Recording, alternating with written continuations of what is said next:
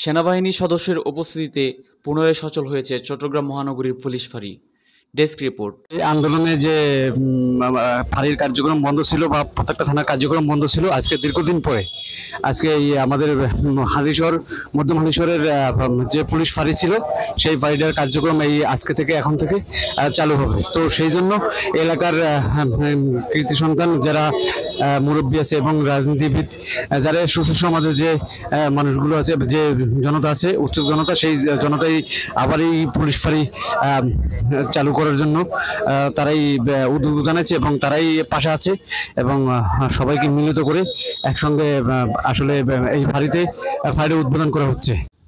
ছাত্র ছাত্রী ভাইরা, বাংলাদেশের আপামর জনসাধারণ আরেকটি স্বাধীন বাংলাদেশ আমাদেরকে উপহার দিয়েছিলেন।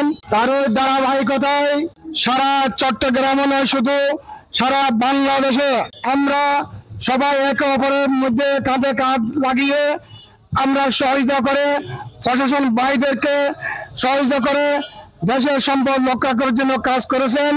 আমি তার জন্য সবাইকে ধন্যবাদ ও মোবারকবাদ জানাচ্ছি। চট্টগ্রাম মহানগরীর বন্দর থানাধীন দক্ষিণ মধ্যম পুলিশ ফাঁড়িতে সোমবার 12 আগস্ট ফাঁড়ি এলাকার 38 নং ওয়ার্ডের সর্বস্তরের সম্মানিত জনসাধারণ এবং বাংলাদেশ সেনাবাহিনী সদস্যদের উপস্থিতিতে ফাঁড়িতে পুলিশ সদস্যগণ যোগদানের মাধ্যমে পুনরায় ফাঁড়ি সচল হয়েছে।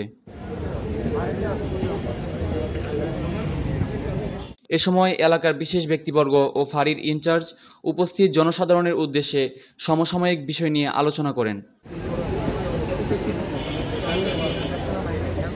ফাঁড়ির ইনচার্জ কিশোর মজুমদার সকলের উদ্দেশ্যে বক্তব্য রেখেছেন এবং ফাঁড়ি থেকে যে সকল সরকারি মালামাল লুটপাট হয়েছে তা এলাকার পার্শ্ববর্তী মসজিদে ইমাম সাহেবের কাছে জমা দেওয়ার অনুরোধ জানিয়েছেন তিনি।